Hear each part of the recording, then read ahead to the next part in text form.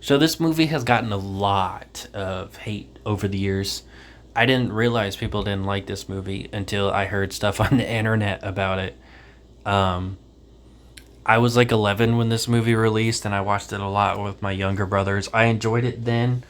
I don't really care for it now. It's got a decently talented cast. Sam Elliott plays a T Rex in the movie.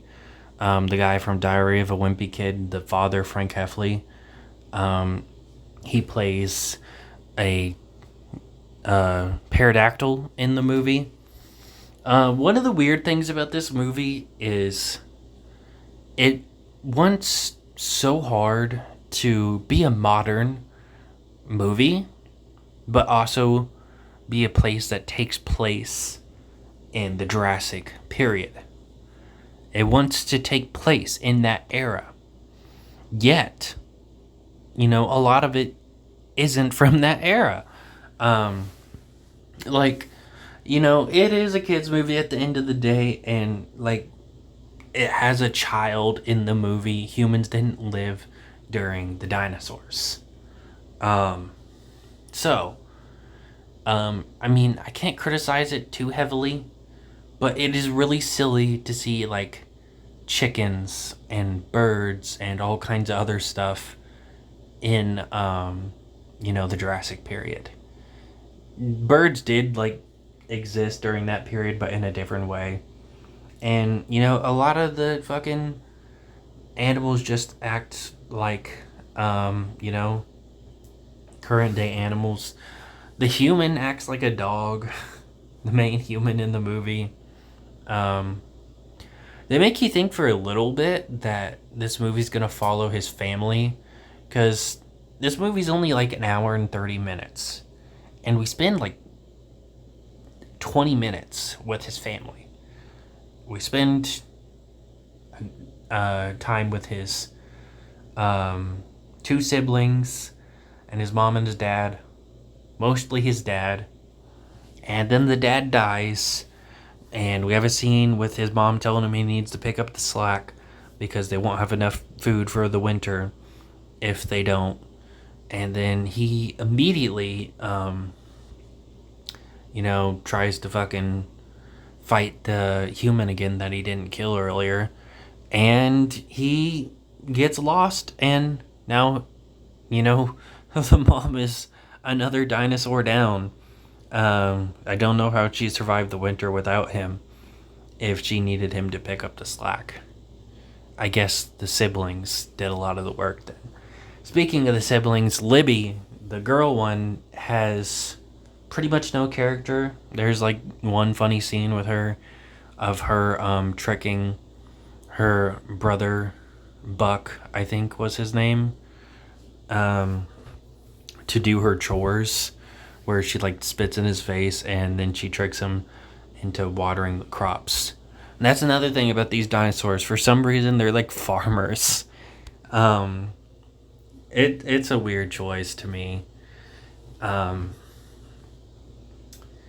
Libby and him and the main character Arlo, they never interact.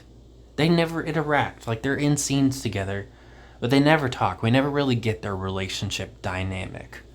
We get his relationship dynamic with Buck, where Buck bullies him and tells him how all he does is make everybody's chores harder, and he's a loser and all this and that. And then the dad speaks up for him, and he's like, don't talk to him like that. Doesn't even really do that much about it. He's just like, Buck. Like, knock it off. It's just, The dad isn't the greatest person either. So I didn't feel that bad when he died. I remember it being a pretty emotional moment when I was a kid. But he fucking forces Arlo to go out with him during a storm. And Arlo like trips and somewhat hurts his foot. Not even that badly, because he spends most of the movie walking on it. And the dad's like, oh shit, I'm overworking you, let's go home. And then the storm gets worse and kills him. What's even more funny is that the storm, the big flash flood that kills his dad, happens again in the climax of the movie, and Arlo survives it. A fully grown dinosaur apparently died from the big flash flood, but Arlo, he's a-okay. um, that's rather silly. They don't want to show other brachiosauruses for some reason. They tease you, making you think that they are going to, because Arlo runs away for help from the pterodactyls, and the there's like a shape of a brachiosaurus, but it turns out it's a T-Rex. So Arlo starts running in the other direction, but it turns out these T-Rexes are friendly. Um, it's just that's a weird choice. Why couldn't we have other brachiosauruses? Um, it's not like a huge criticism, but I do wonder why they didn't want to do that. They also have like a Triceratops in here that he's like camouflaged, and he has all these other um, like animals on him, and he has a few jokes. I thought he was pretty funny. Arlo ends up naming the human character Spot, so he backs off because like the human has a name now, so he can't have it. But his bird friend is pissed and tries to fight Arlo. And he's like, Debbie, don't act like that. I thought that scene was pretty funny. There's a snake in this movie. There's a lot of stuff like that. Sam Elliott, like I said, plays the T-Rex. He tells a story about how he got bit by a crocodile, and he's still got like a crocodile tooth inside his mouth near his teeth, which was pretty cool. The story itself was a little underwhelming, but I liked that. He had like a dinosaur. He had a fucking gator tooth in his mouth. A crocodile tooth. Yeah, they said crocodiles. Yeah. But, at first, Arlo doesn't like the kid. He thinks it's his fault that his dad died. And they grow a bond throughout the movie. So it's weird that, like, all the posters for this movie is of them as friends, when, for a decent portion of the movie, Arlo wants to kill this guy. And, there's a scene where they bond and they talk about how their families, not as great. They use like sticks. Arlo makes a stick family, and he includes his dad, who's already dead for some reason. But it's clearly a narrative choice because of what happens next. Puts his dad, his brother, his sister, his mom, and him. And then Spot also does that, where he does 2 people and 1.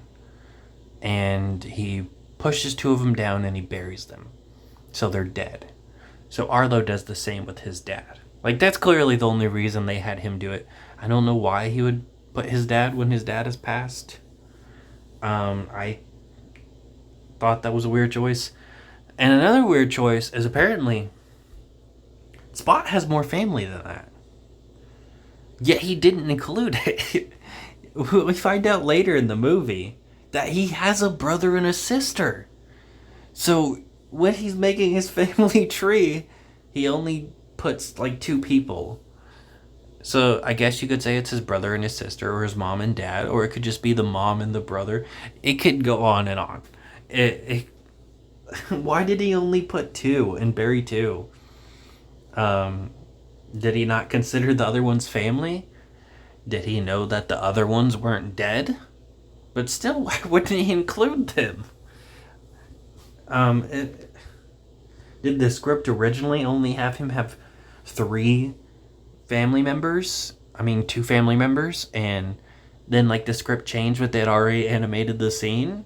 What was up with that? It really bugged the hell out of me. Um, Arlo's a dick. He's not very nice. He's a lot like Fred. You know, he screams a lot, but he's nowhere near as annoying as Fred. Um, he's practically scared of everything. Um, Even fucking lightning bugs. Which they try and lead with the message that it's okay to be scared. Everybody's scared. There's a difference between, being scared of heights or the dark versus being scared of fucking everything. Arlo gets scared of everything. It's kind of annoying. But yeah, I mean, he's a young child. He's never been out in the world before. He's seeing all these new things. I can understand it. I can see why he acts like that. But it's annoying to watch. They have a final standoff with the pterodactyls. The pterodactyls aren't even really villains. They treat them like they are, but they're really not. They're just these creatures that are also trained to eat, just like Arlo. Sure, they eat animals, but they're just trying to eat, just like Arlo. They are basically a cult. They follow the storm and they believe in the storm and stuff. And one of them's voiced by the dad from Diary of a Wimpy Kid, and he gives it his all. He's pretty fun to watch.